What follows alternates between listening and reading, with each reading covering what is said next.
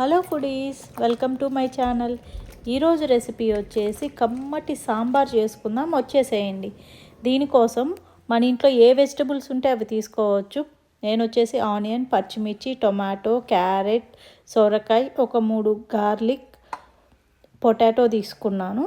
ఇవన్నీ కట్ చేసి పెట్టుకొని ఇప్పుడు పప్పుకు రెడీ చేసుకోవాలి. దీనికోసం నేను ఒక పప్పు కందిపప్పు తీసుకున్నాను, 1 కప్పు. ఇది వచ్చేసి మనం బాగా వాటర్తో వాష్ చేయాలి. వాష్ చేసి దీన్ని ఫ్రై చేయాల్సిన అవసరం ఏం లేదు. జస్ట్ వాటర్తో వాష్ చేసి ఒక 2 కప్స్ వరకు నేను వాటర్ యాడ్ చేసుకున్నాను. దీంట్లో వచ్చేసి కుక్కర్ విజిల్కి పెట్టేసే ముందు కొంచెం పసుపు యాడ్ చేసి కుక్కర్ క్లోజ్ చేయాలి. కుక్కర్ క్లోజ్ చేసి ఒక స్టవ్ మీద పెట్టేసి 3 విజిల్స్ రానివ్వచ్చు. మనం 3 విజిల్స్ వచ్చేస్తే పప్పు ఫైన్గా కుక్ అవుతుంది. సో 3 విజిల్స్ వదిలేద్దాం. ఈలోపు వచ్చేసి వెజిటబుల్స్ అన్నీ ఫ్రై చేసుకుందాము. సాంబార్లోకి చింతపండు 1 స్పూను, ఒక నిమ్మకాయ సైజు చింతపండు తీసుకొని నానబెట్టేసి వాటర్ తీసుకున్నాను, జ్యూసు, చింతపండు జ్యూసు. ఈలోపు వెజిటబుల్స్ ఫ్రై చేయడానికి ఒక ప్యాన్ పెట్టుకొని కొంచెం ఆయిల్ యాడ్ చేశాను.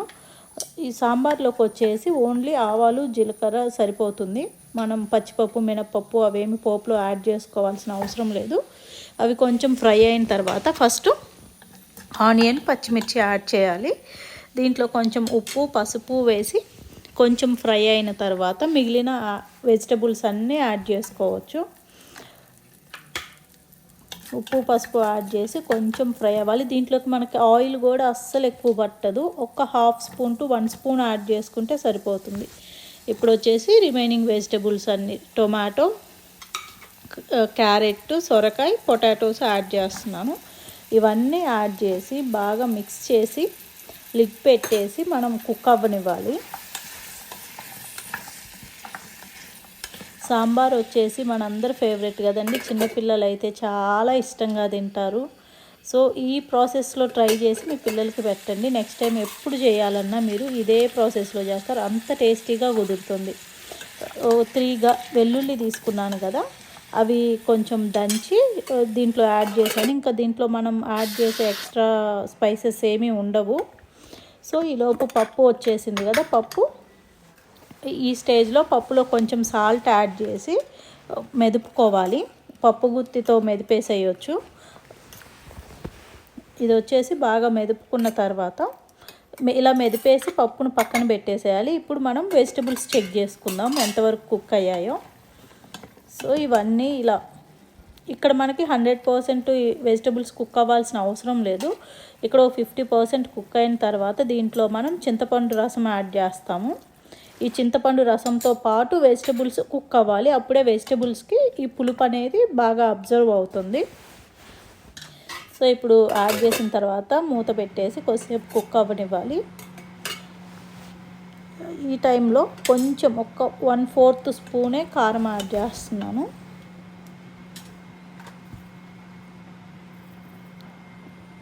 మనం చింతపండు జ్యూస్ యాడ్ చేసాం కాబట్టి కొంచెం ఉప్పు పడుతుంది.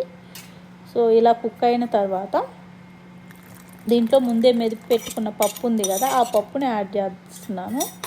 ఇదంతా యాడ్ చేసి బాగా మిక్స్ చేసి లిడ్ పెట్టేసి కొద్దిసేపు కుక్ అవ్వనివ్వాలి. మన కన్సిస్టెన్సీని బట్టి మనం ఇక్కడ వాటర్ యాడ్ చేసుకోవాలి. థిక్గా కావాల్సిన వాళ్ళు పప్పు యాడ్ చేసిన తర్వాత ఇంకా వాటర్ యాడ్ చేసుకోవాల్సిన అవసరం లేదు. చూసారా, మంచిగా వెజిటబుల్స్ కుక్ అయ్యాయి. ఈ టైంలో నేను హోమ్ మేడ్ సాంబార్ పౌడర్ ఉంది నా దగ్గర, సో అది కొంచెం యాడ్ చేశాను. ఇది యాడ్ చేసి లిడ్ పెట్టి వెజిటబుల్స్ పప్పుతో పాటు ఫైన్గా కుక్ అయ్యేంత వరకు వెయిట్ చేయాలి. మినిమం 10 to 15 మినిట్స్ పడుతుంది. సో ఈ టైంలో ఉప్పు కొంచెం యాడ్ చేస్తున్నాను. ఉప్పు, కొత్తిమీర యాడ్ చేసి లిడ్ పెట్టేసి ఇంకా ఫైనల్గా ఒక 2 మినిట్స్ కుక్ అవ్వనిస్తే సరిపోతుంది.